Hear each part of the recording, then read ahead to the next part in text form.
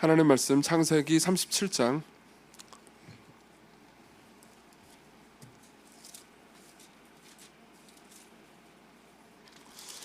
31절부터 36절까지만 읽겠습니다. 31절부터 36절까지만 읽겠습니다. 제가 여러분들을 위해서 읽어드리겠습니다. 하나님의 말씀을 들으십시오. 그들이 요셉의 옷을 가져다가 수렴소를 죽여 그 옷을 피에 적시고 그의 채색 옷을 보내어 그의 아버지에게로 가지고 가서 이르기를 우리가 이것을 발견하였으니 아버지 아들의 옷인가 보소서 하매 아버지가 그것을 알아보고 이르되 내 아들의 옷이라 악한 짐승이 그를 잡아먹었도다.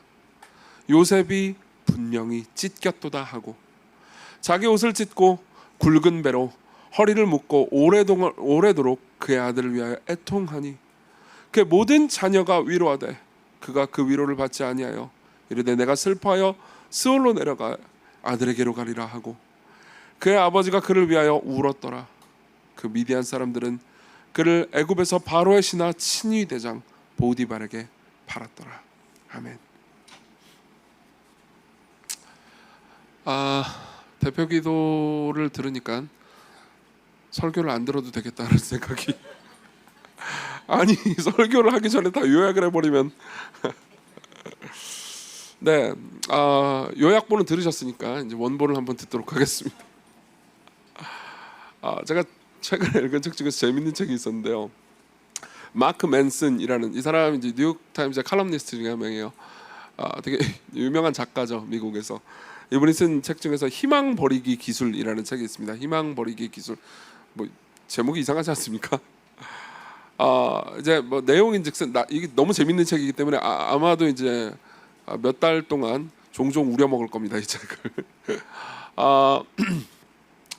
이 책의 내용은 그러니까 사람들이 이제 가지고 있는 희망이 고대에는 종교에서 왔는데 현대는 이제 과학에서 온다라는 것을 이제 통찰력 있게 짚어낸 내용입니다. 그리고 그 가운데서 희망이 우리를 종종 괴롭히니까 이제 쓸데없는 희망을 가지지 말고 희망을 전략적으로 가지자 뭐 이런 내용이라고 볼 수 있습니다. 근데 이제 거기 보면은 이런 말이 있습니다. 들어보세요. 기본적으로 우리는 세계 역사상 가장 안전한 시대를 사는 가장 번영한 인류다. 과거하고 비교하자면 그렇다는 거죠. 근데 그 어느 때보다도 더 절망적이다. 우리는 상황이 좋아질수록 더욱 절망하는 것 같다. 그리고 이것은 놀라운 한 가지 사실로 요약될 수 있다. 부유하고 안전한 곳에 살수록 자살을 선택할 가능성이 더 커진다는 것이다. 이건 실제로 보건기구가 발표한 자료입니다. 그러니까 더 치안이 잘 되어 있는 나라일수록 자살률이 높다는 거죠. 지난 몇백 년 동안 보건과 안전, 물질적 부가 믿기 힘들 만큼 진보했다는 사실은 부정할 수 없다. 하지만 이것은 미래가 아니라 과거에 대한 통계다. 그리고 우리가 희망을 찾아야 하는 것은 필연적으로 미래다. 마크 맨슨은 되게 재미있는 얘기를 해줍니다. 이 사람은 자기가 기독교인이거나 뭐 종교를 가지거나 하지 않다고 말합니다. 이 사람은 기독교인이 아니에요. 종교도 없고요. 사실상 무신론자에 가깝습니다. 근데 이제 최근에 아마 이제 독서를 많이 하시는 분들은 이런 책의 조류들을 좀 아실 것 같은데 많은 진화심리학자라든가 과학자들이 그러니까 삶이 과거보다 훨씬 나아졌다. 인류는 진짜로 진보하고 있다라는 이제 자료들을 담은 책들을 많이 냈습니다.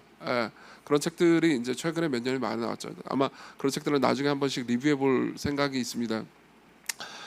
그렇기 때문에 이제 종교에서 말하는 원죄라든가 이런 거를 말하지 말아라 이런 이야기들을 되게 많이 한다는 거죠. 그러니까 인류는 진보해왔고 앞으로 진보하니까는 원죄나 이런 것들은 신화에 불과하다라는 거죠. 근데 마크 맨슨은 그 생각을 반대합니다. 진보한 건 맞지. 과거부터 지금까지 진보한 건 맞지. 근데 미래에도 진보할 걸 우리는 확신할 수 없잖아요. 그죠? 그렇기 때문에 희망은 미래에 관한 거라는 거죠. 희망은 과거에 지금까지 얼마나 우리가 잘 됐는가는 오히려 절망을 더 앞당긴다는 겁니다. 생각해보세요. 과거에서 지금까지 우리가 꽤 잘 되었기 때문에 앞으로 잘 되리라는 보장이 더 있지 않으면은 앞으로 무너지면 더 심하게 무너질 거 아니에요. 그러니까 절망이 더 커진다는 거죠. 사실 이 문제를 복합적으로 이야기를 하는 사람들의 말은 굉장히 다양합니다. 왜 요즘 칼부림 사건이 많이 일어나잖아요. 정말 끔찍한 사건이 매주 일어나는 것 같습니다. 그리고 왜 그런 일들이 일어날까요?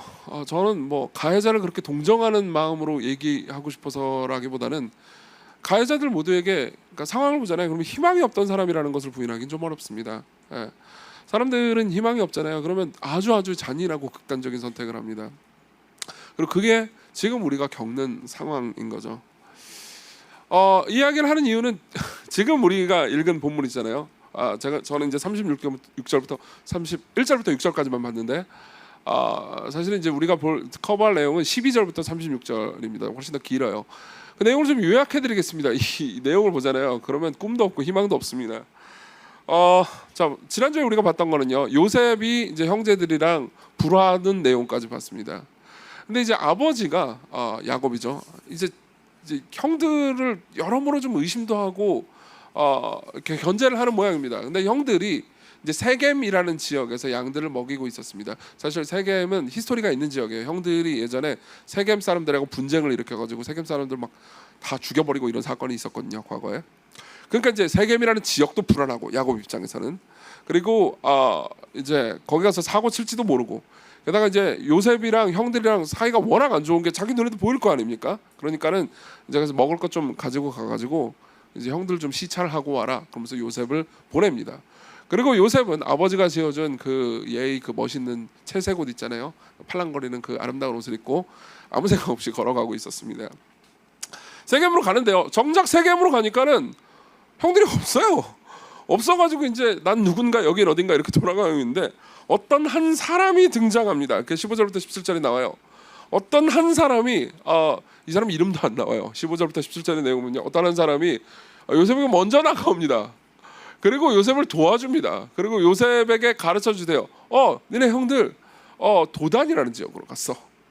그리고 요셉은 얼마나 감사했겠습니까? 그죠? 자기가 이제 방황하고 있는데 누군가가 와가지고 도와주니까 굉장히 꽤 기뻤겠죠. 근데 그 이후의 스토리를 아는 사람 입장에서는 이런 생각이 들겠죠. 도와주지 마. 요셉 가지마라는 생각이 들겠죠. 그리고 요셉은 아무 생각 없이 갑니다. 그리고 그 과정 중에서 형들은요, 저기 멀리 채색 옷을 입으면서 촐랑거리면서 오는 요셉을 봅니다. 그리고 서로 말하죠. 이야, 꿈꾸는 자가 오네. 그리고 저 녀석을 어떻게 할까를 고민합니다. 그리고 20절을 한번 읽어보죠. 20절입니다. 자, 그를 죽여 한 구덩이에 던지고 우리가 말하기를 악한 짐승이 그를 잡아먹었다 하자. 그의 꿈이 어떻게 되는지를 우리가 볼 것이니라 하는지라. 지난주에 제가 이런 말씀을 드렸습니다. 이 채색 옷은 그냥 치렁치렁한 옷인데 이건 보통 감독자들만 입는 옷이라고요. 일하는 사람들은요, 반바지에 반팔입니다. 반바지 그런 법이잖아요, 그렇죠? 근데 채색 옷을 입혔다는 건 일을 안 시켰다는 거고 사실상 감독자라는 거죠, 그렇죠? 근데 형들 입장에서는 자기들은 맨날 일하는데 얘는 일을 안 한단 말이에요. 그러니까 자기들의 주인과 다름없는 상황이에요. 그러니까 형들 입장에서는 꿈도 희망도 없죠, 그렇죠? 그런데 이놈의 요셉이 꿈을 꿨습니다. 꿈의 내용은요, 해와 달과 열한 별이 저한테 절하던데요, 그런 거예요. 그 말은 무슨 말입니까? 여전히 나는 감독자가 될 거고 나는 여전히 위에 설 거고 당신들은 내 미칠 것이다, 이렇게 이야기를 하는 거죠. 그리고 형들 입장에서 생각해 보십시오. 이 꿈이 사실이라고 생각해 보십시오. 이 꿈이 진짜 예언이 맞다면 그럼 자기들은 진짜 희망이 없는 거잖아요. 완전히 꿈도 희망도 없는 거잖아요. 얘 꿈이 나한테는 절망인 거잖아요. 얘 희망이 나한테는 완전한 절망인 겁니다. 그렇죠? 그러면은 이 꿈을 취소시킬 수 있는 방법을 어떻게 찾을 수 있을까요? 간단하죠. 죽여버리면 됩니다. 이 요셉을 죽여버리잖아요. 그럼 이 요셉의 꿈도 끝나겠죠. 그래서 20절에 말하는 겁니다. 그를 죽여 한 구덩이에 던지고 우리가 말하기를 악한 짐승이 그를 잡아먹었다고 아빠한테 이야기를 하자. 그러면은 그 꿈을 내가 좌절시킬 수 있겠지. 그러면 그 꿈은 어떻게 되는지 우리 보자. 그 꿈은 개꿈이 되지 않겠냐, 이렇게 이야기를 하는 거죠. 자, 그리고 나서 이제 죽이려고 이제 하는데 잡았습니다. 드디어 잡았어요, 이놈 자식을. 그래서 죽이려고 하는데 이제 맏형 르우벤이 등장합니다. 르우벤이 등장해서, 르우벤은 이때쯤 이제 그 형제들 중에서 입지가 굉장히 많이 좁아져 있는 상태였어요. 아버지의 첩하고 이제 통과를 했거든요. 그러니까 입지가 굉장히 많이 좁아져 있는 상태였습니다. 그런데 이제 이 형 입장에서는 뭐 동생을 죽이는 것이 마땅치 않은 면도 있었을 거고요. 그리고 이거 잘못해가지고 아버지한테 들켰다고 우리 다 작살나겠다, 이런 생각도 들었었던 것 같습니다. 그래서 말을 하죠. 죽이지 말고 저 구덩이에 빠뜨리자. 그리고 옛날에 그 구덩이는요, 그러니까 자기가 혼자 힘으로 나올 수 없게 돼 있는 그런 구덩이가 있었어요. 이제 우물과 연관된 구덩이였는데요. 거기다 빠뜨리면 이제 혼자 힘으로 절대 못 나옵니다. 누군가 꺼내주기 전까지는요. 그리고 저 구덩이에 빠뜨려가지고 어떻게 되나 보자라고 하는 거죠. 어떻게 보면 더 잔인하지 않습니까? 그렇죠? 그리고 나서 이제 나중에 르우벤은 이제 형제들 다 가고 혼자 와가지고 자신이 구해줄 심산이었던 겁니다. 그러고 나서 이제 아버지에게 다시 인정받는 게 낫지 않을까 이런 생각을 했던 것 같습니다. 그래 그 과정 중에서 이제 나머지 형제들은 오케이 그러자 그러고 이제 구덩이에 빠뜨립니다. 요셉 입장에서는 아주 끔찍한 상황이었겠죠. 옷도 다 벗겨졌습니다. 아마 시로라기 하나 걸친 것 없이 완전히 벗겨졌을 겁니다. 그리고 끔찍한 구덩이에 빠졌습니다. 떨어졌어요. 온몸은 피투성이가 됐을 겁니다. 형들에게 많이 맞았겠죠. 그 상황에서요. 형들은요. 잔인하게도 25절부터 내용이 나오는데요. 요셉이 가져다 준 음식을 맛있게 먹고 있었습니다. 그래서 막 치킨도 뜯고 그러면서 얘기를 해요. 그러다가 이제 유다가 이런 생각을 합니다. 유다가 마침 이제 미디안 상인들이 이렇게 지나가고 있는 거예요. 이 미디안 상인들은 당시에 인신매매로 유명했던 사람들입니다. 그래서 이제 하는 거죠. 와, 요셉을 차라리 팔아버리자. 요셉을 죽일 것까지 뭐 있냐? 뭐 죽이면 또 우리 형제인데 그 왜 죽여? 그러니까 팔아버리자. 팔아버린 다음에 팔아버리면 돈도 좀 생기잖아요, 그죠? 그러니까 그 돈도 좀 나눠 갖고 그러면서 이제 잘 살자 이렇게 됐던 것 같습니다. 사실 르우벤이 형제들 사이에 좀 신임을 잃었다고 그랬잖아요. 근데 이제 그 와중에 떠오른 사람이 유다였어요. 그래서 유다가 이 모든 걸 주장을 합니다. 그래서 마침 걸어오고 있는 미디안 상인들을 커먼 해가지고 이렇게 쫙 팔아버립니다. 팔아버린 값은 은 20냥이었어요. 당시에 이제 어떤 성인을 그 인신매매해가지고 팔잖아요. 그럼 은 30냥이었습니다. 근데 이제 얘는 아직 17살이라 가지고 이제 돈이 좀 덜 됐나 봐요. 그래서 은 20냥을 팝니다. 20냥이라 그래도 별거 아닌 것처럼 보이지만은 사실은 이제 한 20개월치 월급이라고 보시면 됩니다. 그 적은 돈은 아니죠, 그렇죠? 꽤 많은 돈. 죄송합니다. 20년치 연봉입니다. 그러니까 꽤 잘못 말했네요. 제가 연봉이라고 말했나요? 하여튼 넘어가요. 그냥 많은 돈이에요. 어디까지 했죠, 제가? 그래서 이제 팔았습니다. 팔고 나서 이제 르우벤이 다시 돌아옵니다. 르우벤은 잠깐 그동안 어디 왔다 갔다 한 것 같아요. 그래서 다시 돌아오니까는 이제 애가 없어요. 구덩이에 자기가 구해주려고 그랬는데 그리고 이제 진짜 죽었다고 생각해서 절망하죠. 그리고 나서 형제들은 어떤 짓을 하냐면요. 이제 옷을 벗겼었단 말이에요. 그래서 그 채색 옷을 염소를 잡아다가 염소피에 척척척척 담급니다. 그리고 나서 이제 아버지에게 가져다 보여줍니다. 아버지한테 얘가 뭐 짐승에게 물려 죽었습니다 이런 말을 하지 않아요. 그냥 옷만 딱 보여줍니다. 본인이 거짓말을 할 필요가 없는 거죠. 옷만 보여주면 되는 겁니다. 그러니까 이제 아버지는 절망해 버립니다. 아버지를 절망하면서 이렇게 이야기를 하죠. 여러분 32절을 보겠습니다. 그의 채색 옷을 보내어 그의 아버지에게 가지고 가서 이르기를 우리가 이것을 발견하였으니 아버지 아들의 옷인가 보소서 하매 아버지가 그것을 알아보고 이르되 내 아들의 옷이라 악한 짐승이 그를 잡아먹었도다. 요셉이 분명히 찢겼도다 하고 자기 옷을 찢고 굵은 배로 허리를 묶고 오랫동안 그의 아들을 위하여 애통합니다. 그리고 나서 35절 그의 모든 자녀가 위로하되라고 되어 있습니다. 사실 이 부분이 진짜 끔찍한데요. 이제 한국말로 보면 그의 모든 자녀라고 되어 있잖아요. 근데 이제 히브리어로 보면 그의 모든 아들과 딸이라고 되어 있습니다. 이 창세기 스토리를 안다면요, 이 딸이 누군지 아마 아실 겁니다. 디나예요. 디나는 과거에 강간당했던 전력이 있습니다. 강간당했다가 오빠에 의해서 이제 됐던 전력이 있죠. 그러면 디나는 굉장히 큰 고통을 당한 사람이잖아요, 과거에. 그리고 내가 큰 고통을 당했을 때 똑같은 고통은 아니지만 과거에 큰 고통을 당한 사람이 옆에 와가지고 위로를 해주면 그래도 좀 그래 나도 고통을 당했지만 너도 고통을 당했지 그러면서 위로를 받거나 혹은 뭐 좀 약간 뭐 진정되거나 그런 게 있어야 될 거 아니에요, 그렇죠? 근데 그런 거 없습니다. 야곱은 옛날부터 지금까지 자기중심적인 사람이에요. 뭐 네가 과거에 고통을 어떻게 당했든 지금 내가 당하는 고통이 더 고통스러워라고 하면서 위로하되 그가 그 위로를 받지 않습니다.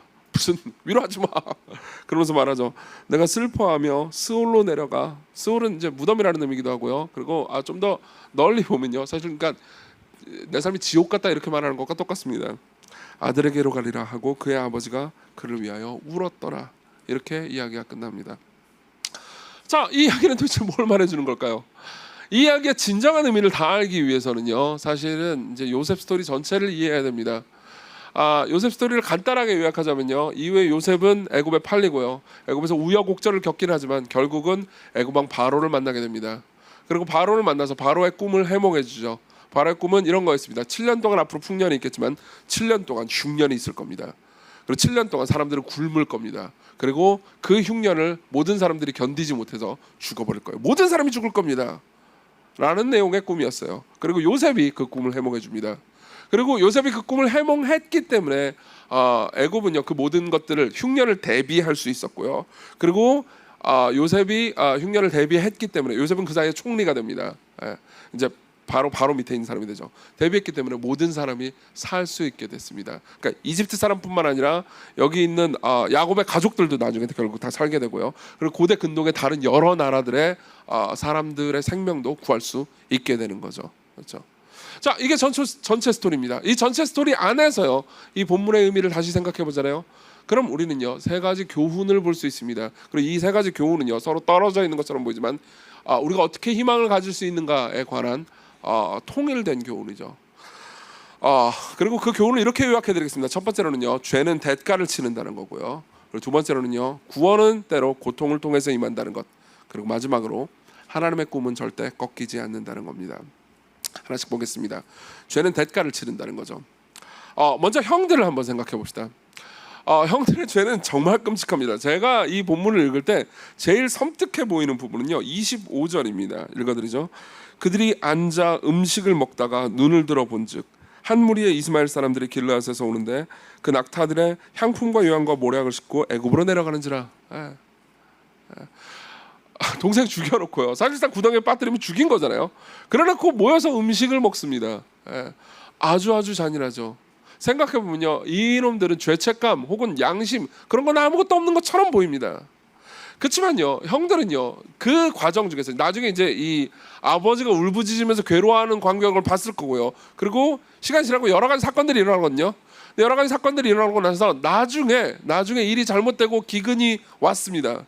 기근이 오고 나서 형들끼리 이렇게 말하는 장면이 나옵니다. 42장이에요. 그냥 들어보시면 됩니다. 42장 21절.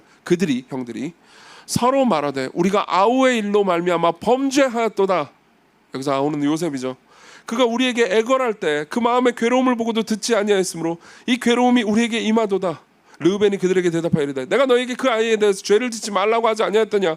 그래도 너희가 듣지 아니하였느니라. 그러므로 그의 핏값을 치르게 되었도다 하니. 무슨 말입니까? 우리가 읽은 본문에는 37장에는 안 나오는데요. 사실 요셉은요 구덩이에 빠져서 제발 좀 자기 살려달라고 애걸했던 거예요. 살려주세요 형들, 내가 잘못했어요. 그래서 계속 소리를 지르지만 그들은요 그냥 죽어라 그러면서 이제 버리고 신경을 껐던 거죠. 그리고 그냥 밥만 먹고 있었습니다. 그리고 그때는 양심의 가책 같은 건 없었어요. 그냥 밥만 먹었죠. 그렇지만 그 죄는요, 자신들이 저질렀던 죄는 자기들의 마음에 있었습니다. 생각해보세요. 사람들이요 단체로 죄를 짓잖아요. 그러면 그때 당시에는 죄책감이 약간 경감되는 게 있습니다. 맞죠? 나 혼자만 짓는 게 아니고 모두가 죄를 짓잖아요. 그러니까 나치가 한 국가가요 그런 끔찍한 짓을 단체로 저지를 수 있었던 거예요. 나 혼자 이 죄를 저지르면요 내가 잘못됐다라는 생각을 하지만 생각해보세요. 시각회에 있는 사람들이 다 똑같은 일을 하자고 제가 여러분들에게 선동을 해가지고 모두가 하잖아요. 그러면 아닌가? 그러면서 도덕의식이 흐려질 겁니다. 그렇죠? 아마 형제들이 다 그랬겠죠. 그리고 르우벤은 사실 이 동생에게 죄를 짓지 말아라 이렇게 말한 적이 없어요. 이제 와가지고 이런 말을 하고 있는 거죠. 그렇죠? 그 말은 무슨 말이냐면요, 그들이 저지른 죄가 마음속 깊은 곳에서 어딘가에, 그들의 뇌 속에 어딘가요 죄책감으로 남아 있어서 그들의 삶을 그동안 망가뜨리고 있었다는 겁니다. 근데 또 다른 측면도 있습니다. 야곱도 한번 생각을 해볼 필요가 있습니다. 우리 31절을 보죠. 31절을 보면요, 31절 32절을 보겠습니다. 같이 읽겠습니다. 시작. 그들이 요셉의 옷을 가져다가 수렴소를 죽여 그 옷을 피에 적시고 그의 채색 옷을 보내어 그의 아버지에게 가지러 가서 이르기를 우리가 이것을 발견하였으니 아버지 아들의 옷인가 보소서 하며. 야곱이 발견한 건 뭐죠? 어떤 옷입니다. 그리고 그 옷에는요 염소 피가 묻어 있었죠. 염소와 옷 이것을 기억하셔야 됩니다. 나훔 사르나라는 주석가가 있습니다. 창세기에 대해서 굉장히 좋은 주석을 하나 썼습니다. 그리고 사르나는요 이런 이야기를 해줍니다. 수십 년 전 야곱은 아버지를 속이기 위해서 염소와 옷을 사용했다. 그리고 자신이 속임을 당하는데도 염소와 옷이 사용된다. 무슨 말인지 이해되십니까? 27장에 보잖아요. 정확히 10장 전인 27장에 보면요, 야곱이 젊은 시절이었죠. 야곱의 젊은 시절에 아버지 에서에게 아버지 이삭이죠. 죄송해요. 형이 에서예요 이름이. 아버지 이삭에게 축복을 받으려고요. 자신이 형인 채 하려고 염소의 털을 약 붙입니다. 그리고 염소의 고기를 막 이제 썰어가지고 스테이크를 해가지고 아버지에게 줍니다. 그리고 형의 옷을 입습니다. 자기 옷이 아니고요. 그리고 아버지를 속이죠. 그리고 한참 지나고 나서 자기가 저질렀던 죄를요 똑같이 받습니다. 무슨 말입니까? 성경은요 우리가 돌이킬 때 하나님께서 우리 죄를 용서해 주신다고 말합니다. 기독교의 본질은요 죄에 대한 용서에 있습니다. 그렇지만요 성경은요 그 모든 용서를 기계적으로 여러분들에게 그냥 준다고 말하지 않습니다. 하나님은 인격적으로 우리를 대하시고요. 그리고 우리가 계속해서 지속적으로 죄악된 선택을 할 때 우리는 그 죄의 열매를 먹게 됩니다. 우리를 죄로부터 구원하시는 하나님의 손길은요 종종 죄를 지속적으로 지을 때 하나님께서 그걸 막 기계적으로 갑자기 나타나셔가지고 죄 짓지 마 그런 식으로 고치는 게 아니에요. 우리가 죄를 짓는 것을 그냥 일단 두십니다. 왜냐하면 그분이 우리를 인격적으로 대하시기 때문입니다. 그러다가 종종 우리가 죄의 열매를 먹게 하실 때가 많습니다. 죄 때문에 우리가 당하는 어떤 고통을 경험하게 돼서야 비로소 죄의 끔찍함을 우리가 조금씩 깨달아가는 방식을 쓰시는 거죠. 이것은 성경 전체의 이야기를 통해서도 흔하고요. 그리고 사실 사람들의 삶에서도 흔합니다. 여러분들이 어떤 죄에 계속해서 빠져 있잖아요. 그러면 여러분들 이 문제를 심각하게 생각하실 필요가 있습니다. 죄는 늘 대가를 치른다고요. 팀 캐러 목사님의 설교를 듣다가 그분이 들었던 예화가 난 기억나는 예화가 있습니다. 잠깐 이야기를 해드릴게요. 감옥에 있는 한 남자를 인터뷰한 걸 들었대요. 팀 캐러 목사님이. 근데 이 감옥에 있는 남자가 어렸을 때 자기 이야기를 하더랍니다. 어렸을 때 아버지가 굉장히 멋진 금시계를 가지고 있었대요. 그리고 이제 이 감옥에 있었던 이 남자가 어렸을 때 아버지의 방에 몰래 들어가가지고 그 금시계를 이제 차본 거예요. 이게 어렸을 때 얼마나 그런 거 보고 싶겠어요. 그래서 멋져 롤렉스 그러면서 이제 짜가지고 막 롤렉스가 비싼 시계 아니에요? 몰라요 전. 저는 시계를 왜 차는지 모르겠어요. 이게 갑갑하지 않습니까? 하여튼 보세요. 이렇게 하다가 가지고 놀다가 떨어뜨리는 거예요. 그리고 금이 갔습니다. 그리고 처박아 놓고 도망간 거예요. 한번 도망간 거죠.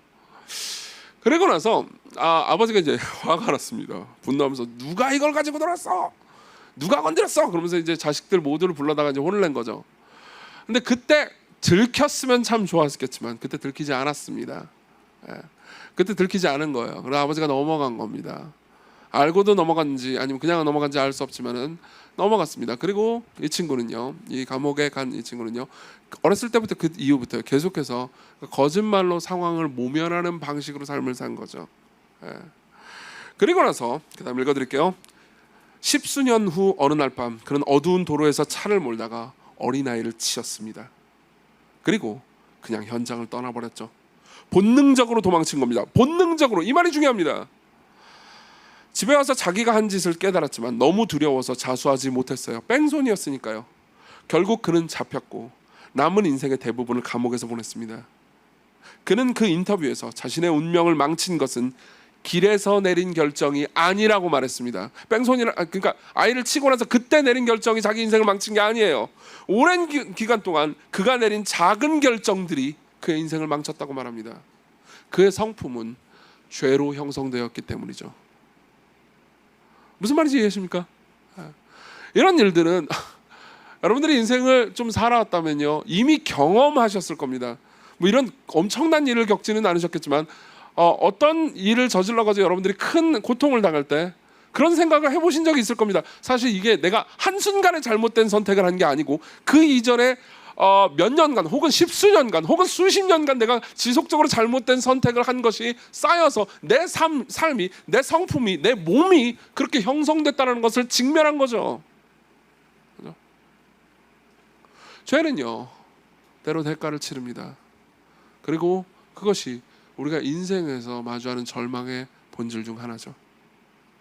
두 번째로 넘어가겠습니다. 두 번째로는요 구원이 고통을 통해서 임한다는 겁니다. 15절부터 17절을 보겠습니다. 어떤 사람이 그를 만난즉 그가 들에서 방황하는지라 그 사람이 그에게 물어 이르되 네가 무엇을 찾느냐? 그가 이르되 내가 내 형들을 찾습니다. 그러니까 어떤 사람이 와가지고 요셉에게 먼저 말을 걸어요. 요셉은 형들을 못 찾아가지고 세겜에 왔는데 형들이 없어요. 그래가지고 난 누군가 여긴 어디가 하고 있는데 어떤 사람이 먼저 말을 겁니다. 못 찾아? 그러니까 형들 찾아요. 청하건대 그들이 양치는 곳을 내게 가르쳐 주세요. 17절 그 사람이 이르되 그들이 여기서 떠났느니라 내가 그들의 말을 들으니 도단으로 가자 하더라 하니라. 요셉이 그의 형들의 뒤를 따라가서 도단에서 그들을 만나니라. 여러분 보세요. 저는 이제 처음에 이걸 읽을 때 제가 성경을 읽는 방법 중에서는 이제 성경을 쓰거나 아니면 이제 성경을 읽을 때 약간 이제 성대모사 같은 걸 하면서 읽는 겁니다. 제가 실제로 성경 봉독할 때 성대모사 비스무리하게 하는 거 아시나요? 예. 일부러 그렇게 하는 거예요. 왜냐하면 이 내용을 그냥 단순히 기계적으로 이해하고 싶지 않기 때문입니다. 근데 제가 이제 제가 다음 주 설교하기 전에 먼저 제가 제일 먼저 하는 건 읽는 거란 말이에요. 예. 뭐 한글 성경이나 뭐 다른 뭐 원문이나 이런 것들을 읽습니다. 근데 읽을 때요. 처음 읽을 때 제가 느꼈던 건 제발 가지 마 이런 생각이었습니다. 예. 이 사람 이름도 안 적혀 있어요. 그렇죠? 이 사람 말 듣지 마. 이 사람 말 들으면 너는 구덩이에 빠져 죽지는 않겠지만 죽을 뻔하게 돼라는 생각이 들죠. 그렇죠? 너는 구덩이에 빠져서 애원하게 돼라는 생각이 듭니다. 보세요. 이런 생각을 한번 해봅시다. 하나님께서 왜 이 사람을 만나게 하셨을까? 여기에는 우연이 있습니다. 예. 특별히 두 가지 무시무시한 우연이 있습니다. 요셉은 왜 그냥 이름도 모르는 어떤 사람을 만났을까요?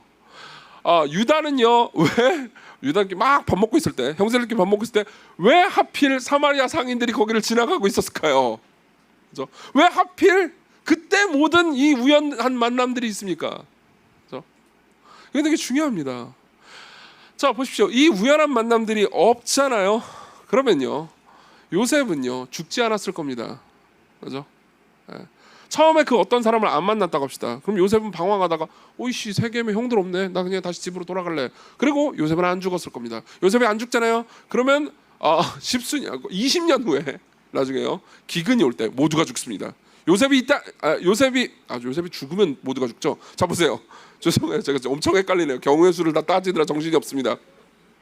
요셉이 안 잡혀가잖아요. 이 어떤 사람을 안 만나잖아요. 그죠? 그럼요 모두가 죽습니다. 근데 만약 요셉이 죽었다고 합시다. 그러니까 마침 사마리아 상인들이 안 지나가가지고 그 유다의 머릿속에 얘네들 팔아버릴까? 이 요셉을 팔아버릴까라는 생각을 안 떠올랐다고 해봐요. 그죠? 그럼 구덩이에서 그냥 죽었겠죠. 그죠? 혹은 르우벤이 나중에 구해줬다고 합시다. 그럼 요셉은 살았겠죠. 요셉이 살면 모두가 죽습니다. 요셉이 죽으면 모두가 죽습니다. 그래서 요셉이 살았는데 안 팔리면 모두가 죽습니다. 맞죠? 요셉이 살아야 하고 팔려야 합니다. 그래야 결국 모두가 살죠. 네. 이 모든 것 뒤에 하나님의 일하심이 있다는 것이 보입니까? 네. 하나님께서는 배후에 일하십니다. 이 장에는 하나님이라는 단어가 등장하지 않습니다. 그리고 그런 이유는 의도적으로 이 37장을 쓴 모세가요 하나님이라는 단어를 등장시키지 않지만 하나님께서 숨어 계시지만 배후에 모든 것을 통제하고 계시다는 것을 말해주는 문학적 기법이죠. 자, 그리고 이 지점에서 우리가 생각해야 되는 게 있습니다. 여기 보면요 이 모든 일이 어디서 일어나죠? 도단이라는 지역에서 일어납니다. 맞죠? 도단이라는 지역에서 일어납니다. 그리고 우리는요 한참 후에 역사가 한참 지나고 나서 열왕기하 6장으로 가잖아요. 그러면 도단이라는 지역에서 일어난 다른 사건을 하나 볼 수 있습니다. 엘리사라는 선지자의 이야기죠. 엘리사는요 선지자였습니다. 하나님께서는 그 선지자에게 모든 미래를 막 가르쳐 주셨어요. 근데 엘리사가 있었던 그 북왕국 이스라엘 있잖아요. 이스라엘에서는 이제 아람 군대하고 항상 이제 대적하고 있었습니다. 근데 아람이 어디를 막 공격을 하려고 작전을 짜잖아요. 그죠? 그러면은 항상 하나님께서 그거를 엘리사한테 미리 가르쳐 주세요. 그래가지고 엘리사가 말해줍니다 왕한테. 그러면 이제 잘 방어하는 거죠. 이런 일들이 계속되니까는 이제 아람 왕은 열이 받습니다. 우리 중에 스파이가 있나? 그럽니다. 그러니까 아니라고 어떤 사람 와가지고 지금 엘리사 때문이라고. 엘리사가 지금 다 맞추고 있어가지고 이 문제가 생긴다고. 그래서 아람 왕은 화가 났습니다. 엘리사를 죽이려고 하죠. 그리고 도단으로 갑니다. 도단이요. 그리고 그 상황에서요 이제 아람 왕은 말합니다. 열왕기하 6장 13절부터 읽어드릴게요. 왕이 이르되 너희는 가서 엘리사가 어디 있나 보라. 내가 사람을 보내어 그를 잡으리라. 왕에게 알아야 이르되 그가 도단에 있다 하나이다. 그리고 가서 도단에서 이제 엘리사를 포위합니다. 그리고 아람 사람이 엘리사에게 내려오매 엘리사가 여호와께 기도하여 이르되 원하건대 저 무리의 눈을 어둡게 없어서 하네. 엘리사의 말대로 그들의 눈을 어둡게 하신지라. 보세요. 이 도단에서는요, 엘리사가 만난 이 도단 이야기 있잖아요. 여기서는요, 하나님께서 엘리사를 죽이려 온 모든 사람들, 그 사람들의 눈을 어둡게 하십니다. 그리고 엘리사를 구해 주시죠. 그리고 우리가 던질 수 있는 질문은 이겁니다. 왜 하나님께서 도단에서, 똑같은 지역인 도단에서요, 엘리사는 구원해 주시는데 요셉은 구원해 주시지 않습니까? 왜 엘리사는 이렇게 간단하게 구원해 주시는데 요셉은 그냥 구덩이에 빠지고, 그리고 미디안 상인들에게 팔려가도록 내버려 두십니까? 왜 요셉은 안 구원해 주시죠? 답은 간단합니다. 전체 이야기를 한다면요, 우리는 이 둘 다가 모두 구원받았다는 걸 압니다. 근데요, 엘리사가 받은 구원은 그냥 구원입니다. 그냥 육체적인 구원이에요. 몸이 그냥 사는 겁니다. 그냥 생명이 조금 연장되는 거죠. 근데 요셉이 받은 구원은요, 좀 더 복잡한 구원이었습니다. 이게 되게 중요한 지점이에요. 요셉이 받은 구원은 복잡한 구원입니다. 복잡한 구원이라는 말은 이런 겁니다. 하나님께서는요, 어떤 사람이 구원을 받는 과정 중에서 그 사람을 총체적으로 구원해 주시기를 원하십니다. 단순히 그냥 육체만 보존되고 건강만 하기를 원하시는 게 아니라는 거예요. 하나님께서는 우리의 영혼육 모두를 살피십니다. 그렇기 때문에 우리가 깊은 죄에 빠져 있다면요, 종종 그 사람의 육체가 고통스러운 상황에 빠진다 하더라도 그 사람을 궁극적으로 파멸시킬 죄로부터 그 사람을 구원해내시기를 원하십니다. 하나님 입장에서 놓인 과제는 이겁니다. 이 가족은 엉망진창이에요. 그죠? 야곱은요, 요셉만 사랑하는 우상 숭배자였습니다. 그리고 야곱의 우상 숭배 때문에 모든 가족을 고통스럽게 만들고 있었죠. 그죠? 형들은 증오와 분노와 시기심으로 꽉 차 있었습니다. 그리고 요셉은 교만과 자랑으로 꽉 차 있었죠. 하나님 입장에서는 이 사람들의 모든 죄로부터 이 사람들을 구원해내셔야 됩니다. 근데 하나님께서요, 구덩이에 빠졌구나, 그냥 내가 컴온 이렇게 하잖아요. 그러면 하나님께서는 이 사람들을 그냥 요셉을 단순히 몸은 구원해 주실 수 있겠지만 요셉의 삶 전체를 구원해 줄 수가 없어요. 이해하십니까? 그래서 하나님께서는 구덩이에 빠지는 걸 내버려 두시고 미디안 상인에게 팔리는 걸 그냥 두십니다. 왜냐하면 요셉이 받아야 되는 구원은요, 요셉, 야곱 형제들이 받아야 되는 구원은요, 훨씬 더 복잡한 방식의 구원이었거든요. 하나님은 요셉을요, 자기중심성으로부터 구원해 주셨어야 했습니다. 야곱을 우상숭배로부터 구원해 주셨어야 했습니다. 형들을요, 시기심과 야만과 그리고 분노로부터 구원해 주셨어야 했죠. 여러분들은 이렇게 생각할지 모릅니다. 아니, 왜 이렇게 복잡하게 하죠? 왜 사람들을 고통에 몰아넣죠? 우리는 보통 하나님께서 우리를 고통에서 즉시 구원해 주지 않는 거에 대해서 늘 화가 나 있습니다. 그럼 여러분들은 어떻게 하시겠습니까? 이렇게 생각할 수도 있습니다. 더 좋은 방법이 있습니다. 천사를 하나 보내는 거예요. 천사가 딱 나오는 겁니다. 자, 니네 다 모여. 야곱, 너 때문에 지금 다 지금 슬퍼하잖아. 너의 우상숭배 회개 안 해? 맞자. 그러면서 두드려 패는 거예요. 그렇죠? 요셉도 두드려 패는 겁니다. 왜 이 교만해? 너 채색옷 벗어. 딴 옷 입어. 너 반바지 입어. 그리고 형들, 너네 왜 이렇게 시기심이 많어? 너네 죽이려고, 너 정신 나갔냐? 그러면서 빠따를 치는 겁니다. 빠따 친다는 말 아세요? 아시죠? 그래서 전부 다 차렷. 자, 서로 껴안아. 그래. 사랑해요. 할렐루야. 이정규였다면 시나리오를 이렇게 썼을 겁니다. 그럼 하나님은 그렇게 하지 않으세요. 왜요? 이 모든 이야기는 사실이니까요. 이건 신화가 아니에요. 신화가 아니에요. 사실이에요. 그분은 삶을 정말로 존중하십니다. 여러분들의 개인적인 인격적인 선택을 정말로 존중하세요. 그분은요, 사람들의 의지를 강제함으로써 끌어내는 게 아니고 사람들의 모든 죄악된 선택과 좋은 선택들을 복합적으로 사용하셔서 모든 것이 하나님의 계획 안에서 이루어지도록 하십니다. 로마서 8장 28절, 우리가 알거니와 하나님을 사랑하는 자 곧 그의 뜻대로 부르심을 입은 자들에게는 모든 것이 합력해서 선을 이루느니라. 이게 하나님의 구원 계획이에요. 그리고 그 구원 계획 안에는요, 고통도 있습니다. 그분의 구원은, 우리를 향한 그분의 구원은요, 우리가 생각했던 것보다 훨씬 더 복잡한 구원이죠. 세 번째로 넘어갑니다. 세 번째는요, 하나님의 꿈이 좌절되지 않는다는 거죠. 33절부터 35절 보겠습니다. 33절부터 35절입니다. 아버지가 그것을 알아보고 이르되 내 아들의 옷이라 악한 짐승이 그를 잡아먹었더라. 요셉이 분명히 찢겼도다 하고 자기 옷을 찢고 굵은 배로 허리를 묶고 오랫도록 그의 아들을 위하여 애통하니. 네. 요셉은 죄송해요. 야곱은 절망합니다. 야곱은 아주 절망해 버리죠. 그리고 35절에 보면요, 그 절망이 더 절절하게 표현되어 있습니다. 그의 모든 자녀가 위로가 돼 그 위로를 받지 아니하여. 그러니까 진짜로 절망해 버리면요, 위로도 싫은 거예요. 사실은 제가 목회 상담을 하면서 경험했던 가장 끔찍한 일들 있잖아요. 그 일들은 위로를 해주는 게 제일 힘듭니다. 아마 여러분들이 이거 다 경험해 보셨을 겁니다. 너무 큰 고통을 당한 사람 있잖아요. 그 사람한테는, 그러니까 그 사람한테 위로를 했다가 함부로 오히려 상처를 줄까 겁나지 않아요? 예. 그리고 저는 목사잖아요. 하여튼 사람들은 목사는 뭔 말을 해주기를 바랍니다. 그렇잖아요. 그것도 내 마음에 그 맺힌 거를 한 방에 딱 풀어줄 지혜로운 말이 있기를 바래요. 그래서 저 인간이 설교단에 설 때는 저렇게 말을 잘하니까는 개인적으로 만났을 때도 말을 잘해주겠지라고 생각하지만, 생각해보세요. 개인적으로 만날 때는 준비를 못하잖아요. 저는 오늘 설교 준비를 다 해왔단 말이에요. 그거 어떻게 다 말해요? 그러다가 이제 뭔가 말을 해야 된다는 압박감이 느껴지니까 뭔가 말을 합니다. 하나님은 그리고 상처를 주죠. 네, 정말 절망한 사람들은요, 위로도 싫어하기 마련입니다. 내가 슬퍼하여 스올로 내려가 아들에게로 가리라. 나는 삶에 희망이 없다. 난 죽어버릴 거야. 난 죽어버릴 거야. 차라리 난 지옥에 가는 게 나아. 아들을 보고 싶어. 그의 아버지가 그를 위하여 울었더라. 이때 야곱은요, 자신의 꿈이 절망적으로 무너져 버리는 걸 느꼈을 겁니다. 그걸 11절하고 비교하면 더더욱 그렇죠. 요셉이요, 철없이 해와 달과 11별이 저한테 절하던데요 라고 가족한테 말할 때 야곱은요, 요셉을 꾸짖었습니다. 그리고 나서 그의 형들은 시기했죠. 11절, 그의 형들은 시기하되 그의 아버지는 그 말을 간직해 두었더라. 사실 이때요, 아버지도 꿈을 꿨던 겁니다. 야곱도요. 요셉이 헛소리를 하고 있을 때 야곱은 생각했습니다. 저 녀석이 뭐가 되려나? 네.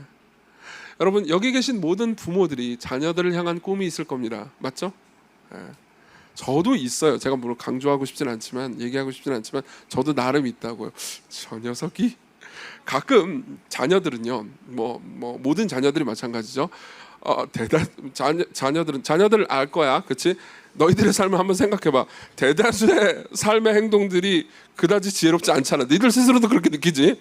좋아요, 감사해요. 고개를 다들 끄덕끄덕하네요. 대다수의 삶의 선택들이 멍청하지만, 그리고 가끔 대단히 지혜로운 선택들을 할 때가 있죠. 그래요, 맞아요, 그렇죠. 너네들도 가끔 한 10개 중에 한 개는 한단 말이에요. 그렇단 말이에요. 다 동의하네요. 보세요. 그리고 부모님의 마음에는 그 선택을 보자마자 천재인가? 라는 생각이 든단 말이에요. 정말이에요. 그러니까 너희들이 말해줘야 돼. 천재 아니라고. 어쩌다가 얻어 걸린 거라고 빨리 말해줘야 돼요. 그러니까 부모님의 꿈을 빨리 좌절시켜버려야 돼. 아셨죠? 그러다가 이제 좀 나이가 드신 분들은 좌절 다 당해보셨죠? 그렇죠? 어렸을 땐 천재인 줄 알았단 말이에요. 그리고 시간이 지나고 그래서 아니라는 걸 깨달았죠. 그죠? 제가 3주 전인가요? 이메일을 하나 받았어요. 이메일을 받았는데요. 그러니까 그냥 간단한 상담을 요청하는 내용이었습니다. 근데 이분이요, 자기 자녀가 있었고요, 정말 좋은 대학에 들어갔습니다. 그리고 누구도 남부럽지 않게 너무나 성품도 좋았고 대학도 좋았고, 그리고 사람들 다 인정하는 젊은 청년이었어요. 자기 아들이요. 근데 이 청년이 정신증에 걸린 거예요. 끔찍한 방식으로. 삶이 거의 폐인이 된 겁니다. 그러고 나서 생각해보세요. 자기가 이 자녀에 대해서 가지고 있었던 그 꿈의 크기가 얼마나 컸겠어요. 그죠? 근데 그러면 몹쓸 병을 걸려서 이 꿈이 다 좌절된 그 마음, 허망함을 도무지 이루 말할 수 없을 정도로 고통스러워하셨습니다. 예. 모든 꿈이 좌절된 사람은 이런 생각을 가지죠. 그건 청년들도 마찬가지입니다. 부모뿐만이 아니에요. 여기 계신 청년들 중에서도, 일부는 청년이 많지는 않지만요, 청년들 중에서도 나름 꿈이 있을 겁니다. 여러분들은 어떤 시험을 준비하고 있습니다. 혹은 어떤 회사를 가려고 합니다. 어떤 사업을 시작했습니다. 그리고 어떤가의 프로젝트를 시작했습니다. 처음 할 때는 어떤 희망을 가지고 시작하잖아요. 그러고 나서 실패할 때는요, 절망해 버리죠. 그죠? 그리고요, 37장은요 감사하게도 35절로 안 끝납니다. 36절로 끝나죠. 같이 읽죠. 시작. 그 미디안 사람들은 그를 애굽에서 바로의 신하 친위 대장 보디바겔에게 팔았더라. 네. 물론 이것도 그렇게 희망적인 말은 아닙니다. 그냥 노예가 됐다는 거니까요. 그죠? 하지만 야곱은 자기 아들이 죽었다고 생각했지만 성경은 뭐라고 말합니까? 죽지는 않았다. 팔려있지. 너는 완전히 절망할 필요가 없단다. 이렇게 말하는 거죠. 물론 야곱은 그 사실을 모릅니다. 그리고 여러분들도 그 사실을 모릅니다. 맞죠? 여러분들이 지금 삶에서요 어떤 절망을 겪고 있다면 이 모든 것이 끝났다고 지금 야곱처럼 생각하고 있을지도 모릅니다. 그때 여러분 36절을 기억하십시오. 그때 분명히 36절을 기억하십시오. 하나님께서 여러분들에게 36절로 이렇게 말씀해 주시는 겁니다. 아니, 다 끝나진 않았어. 여러분들의 눈에서 무슨 소리예요? 다 끝났는데요. 야곱도 그렇게 말했을 거예요. 무슨 소리예요? 내 아들 요셉은 죽어버렸는데요. 여러분들도 말할 겁니다. 무슨 소리예요? 떨어져 버렸는데요. 무슨 소리예요? 내 아들은 이렇게 상처받았는데요. 무슨 소리예요? 내가 지금 진행하는 프로젝트를 망쳐버렸는데요. 더 이상 나는 재기할 힘이 없습니다. 그렇지만 하나님께서 말씀하시는 겁니다. 아니 아직 죽지 않았어. 보세요. 야곱이 당한 이 고통스러운 꿈의 좌절은 요셉도 마찬가지였을 겁니다. 요셉이 구덩이에 빠졌을 때, 미디안 상인들에게 팔려갔을 때 요셉의 머릿속에서는 무슨 생각이 있었을까요? 요셉은 과연 그 꿈을 생각했을까요? 만일 요셉이 그 상황에서 해와 달과 열한 별이 내게 절하더이라라는 그 꿈을 생각했더라면요, 분명히 요셉은요 미디안 상인에게 팔려갔을 때 이렇게 생각했을 겁니다. 그 꿈은 진실로 개꿈이었구나. 안 그래요? 그리고 하나님께서는요 이 모든 상황을 사용하셔서 그분의 꿈을 이루어가고 계십니다. 20절을 봅시다. 같이 읽죠. 20절 19절 서로 이르되 꿈꾸는 자가 오는도다. 20절 같이 읽습니다. 시작. 자 그를 죽여 한 구덩이에 던지고 우리가 말하기를 악한 짐승이 그를 잡아먹었다 하자. 그의 꿈이 어떻게 되는지를 우리가 볼 것이니라 하신지라. 보세요. 형들은 어땠을까요? 형들은 자신이 요셉의 꿈을 박살냈다고 생각했을 겁니다. 맞죠? 야곱과 요셉은요, 야곱은 이렇게 생각했죠. 내 꿈이 좌절됐어. 내 아들을 향한 내 꿈이 좌절됐어. 그리고 요셉은 이렇게 말했을 겁니다. 그 꿈은 개꿈이었어. 그리고 형들은 이렇게 말할 겁니다. 그 꿈을 내가 부셔버렸어. 그리고 하나님께서는요, 이들 모두에게 이렇게 말씀하실 수 있는 겁니다. 지금 여러분들에게 이렇게 말씀하고 있는 겁니다. 여러분들이 하나님의 영원한 계획과 그분이 여러분들에게 명령하는 그분의 뜻을 고의적으로 어기고 있습니까? 그렇다면 여러분들은 형들과 같습니다. 그럼 하나님께서 여러분들에게 말씀하실 겁니다. 아니, 너희들이 그렇게 나를 거부하고 나를 거슬러서 너희들의 나름의 꿈을 꿔도 너희들의 꿈은 좌절된단다. 너희들을 향한 나의 꿈을, 너희들을 향한 나의 계획을 거스른다 하더라도 나는 반드시 너희들의 죄로부터 구원해내겠다. 그죠? 여러분들이 만일 어떤 꿈을 꿨는데 그 꿈이 좌절되는 걸 보면서 슬퍼한다 하더라도 하나님께서는 여러분들에게 이렇게 말씀할 겁니다. 아마 요셉과 야곱이 그렇게 생각했겠죠. 모든 것이 끝났어. 좌절됐어. 이건 개꿈이었어. 근데 하나님께서는 여러분들에게 이렇게 말씀하실 겁니다. 너희들의 꿈이 지금 좌절된 것처럼 보여도 그 모든 것들을 사용해서 나는 너희들을 통해서 내 꿈을 이룰 수 있단다. 보세요. 우리는 종종 우리가 가지고 있는 꿈이 좌절되는 것 때문에 슬퍼합니다.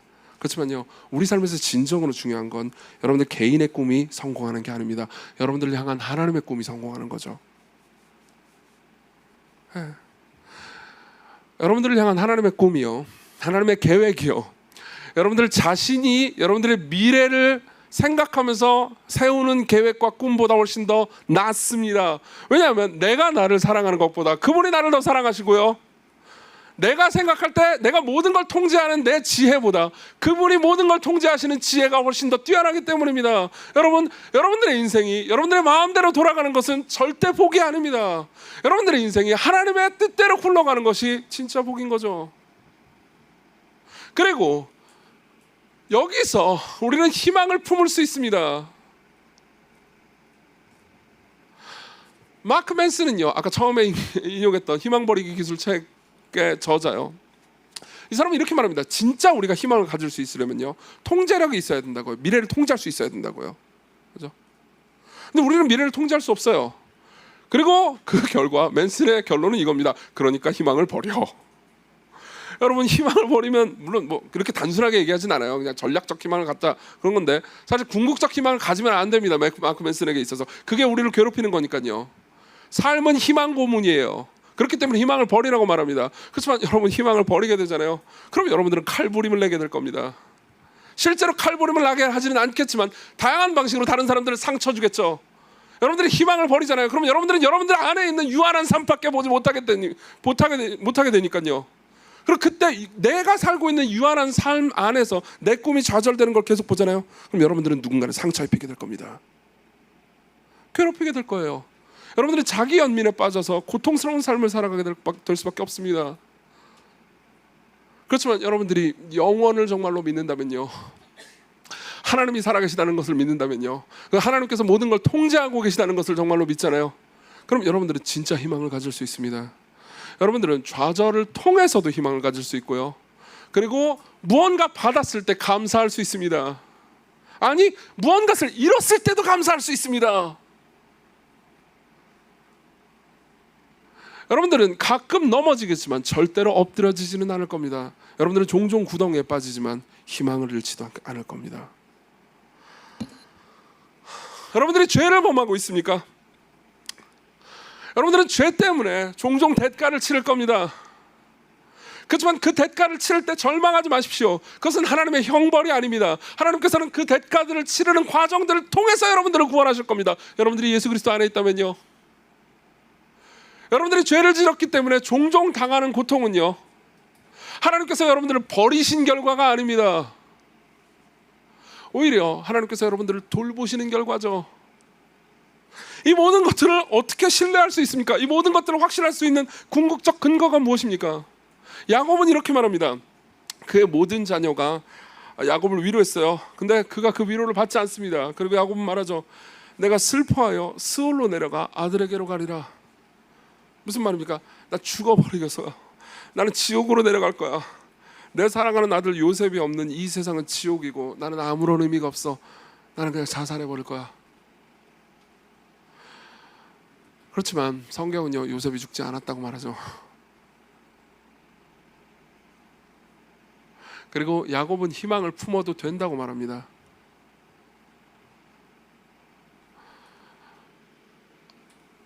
이것을 이 이야기와 대비해 보십시오. 지금부터 제가 하는 이야기와 이 야곱의 절망을 대비해 보십시오.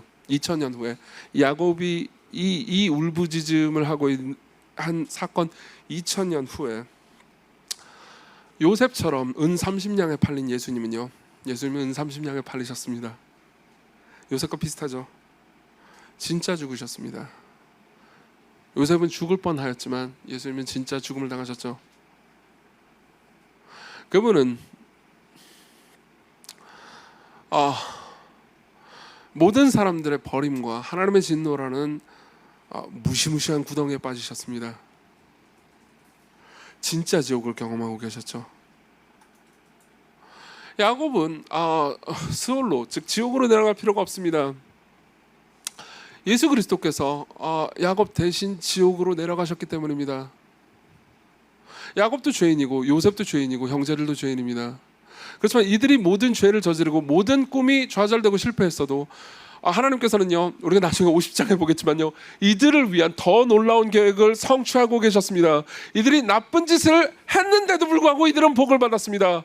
여러분, 기독교와 다른 종교의 가장 큰 차이점이 바로 여기 있습니다. 모든 종교는 이렇게 말합니다. 네가 나쁜 짓을 하면 너는 저주를 받을 거야. 그렇지만 기독교는 이렇게 말합니다. 네가 나쁜 짓을 하면 너는 종종 고통을 당하겠지만 그 죄의 대가로, 그러나 너는 버림받지 않을 거고, 너는 그 죄의 대가로 받는 고통들을 통과해서 결국 복을 받을 거야. 너는 죄인이어도 불구하고 복을 받을 거야. 왜 그게 가능합니까? 왜 이것을 우리가 희망으로 품을 수 있습니까? 여러분들의 삶에 고통이 오면요, 종종 내가 죄를 저질러서 지금 하나님께 저주를 받나 봐 라고 생각할지 모릅니다. 여러분들이 죄를 저질렀기 때문에 지금 당하는 고통을 겪는 것은 사실일 수 있습니다. 그렇지만 여러분들은 저주받고 있는 게 아니에요. 여러분들이 희망을 버릴 필요가 없습니다. 여러분들이 꿈이 좌절돼도 여러분들은 절대 희망을 버릴 필요가 없습니다. 왜요? 여러분들 대신 죄를 하나도 지은 적이 없는 분이 지옥의 구덩이에서 절망 가운데 신음하셨기 때문이죠. 그분이 우리 대신 팔리셨습니다. 그분이 우리 대신 죄와 사망의 권세에 팔리시고 우리를 다시 살리시죠. 이것이 우리에게 있는 궁극적인 희망입니다. 그리고 여러분들이 그리스도 안에 있다면 여러분들 중 누구도 이 희망에서 벗어나 있지 않습니다.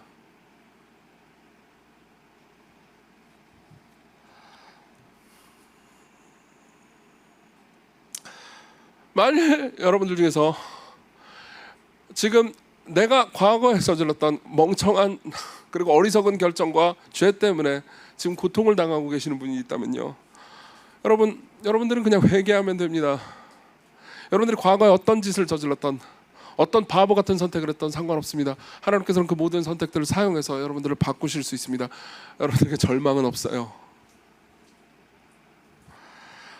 만일 여기 계신 분들 중에서 내가 품었던 꿈이 좌절돼 버리고 지금 나의 삶을 볼 때 난 아무것도 없고 그냥 내 삶의 미래에 그냥 절망밖에 없다고 느낄 때요, 그때도 상관없습니다. 그리스도께로 오십시오. 여러분들에게 궁극적인 절망은 없습니다. 저는 이런 생각이 듭니다. 많은 사람들이요, 그냥 돈을 들어오면 써버립니다. 그리고 대충 그냥 바로 앞에 있는 향락을 위해서 삶을 투자해버리죠. 정말 많은 사람들이 지금 그렇게 살고 계실 겁니다. 그걸 제가 비난하고 싶어서 그 얘기를 하는 게 아닙니다. 왜 우리는 그렇게 삶을 살아갈까요? 돈이 많아서, 솔직히 말해요, 오마카세 드신 여러분들 돈 별로 없잖아요. 우리가 가지고 있는 돈은 컵라면에 합당하지 오마카세에 합당하지 않잖아요. 근데 왜 오마카세가 뭔지 아시죠? 저도 잘 모르는데 어쨌든 비싼 음식 먹는 거 보세요. 왜 여러분들은 그 선택을 했죠? 물론 맛있어서 먹고 싶어서 선택을 한 분들을 비난하고 싶은 게 아닙니다. 종종 근데 여러분들이 그 선택을 하는 이유가 희망이 없어서라면 여러분들 향한 하나님의 꿈은요, 절대 좌절되지 않는다는 것을 기억하십시오. 여러분들이 마리아라고 한번 생각해 보십시오. 예수님의 어머니 마리아요. 예수님의 어머니 마리아라고 한번 상상해 보십시오. 그리고 십자가 밑에 있습니다. 여러분들은 아들이 죽는 것을 눈으로 봅니다. 그때 모든 건 뭐겠죠? 모든 세상이 절망일 겁니다. 아마 야곱이 느꼈던 고통 이상으로 고통스러웠을 겁니다. 그러나 마리아는요, 고통스러워할 필요가 없습니다. 예수 그리스도가 죽지 않았다면 마리아를 대신해서 마리아에게 오히려 그것이 절망이었을 테니까요. 여러분들이 어떤 절망을 겪고 있더라도 여러분들이 그리스도 안에 있다면 여러분들은 절대 절망할 필요가 없습니다. 그리고 여러분들은 모든 것에 감사할 수 있습니다. 찬양 가사 하나만 인용해드리고 마치겠습니다. 저메인 에드워즈라는 분이 쓴 가사입니다. Lord, I thank you for sunshine, thank you for rain. 저는 찬란한 빛에도 감사하지만 비가 내리는 것에도 감사합니다. Thank you for joy, thank you for pain. 기쁨에도 감사하지만 고통에도 감사합니다. It's a beautiful day, it's a beautiful day. 어떤 날이든 그날은 아름다운 날입니다. 같이 찬양합시다.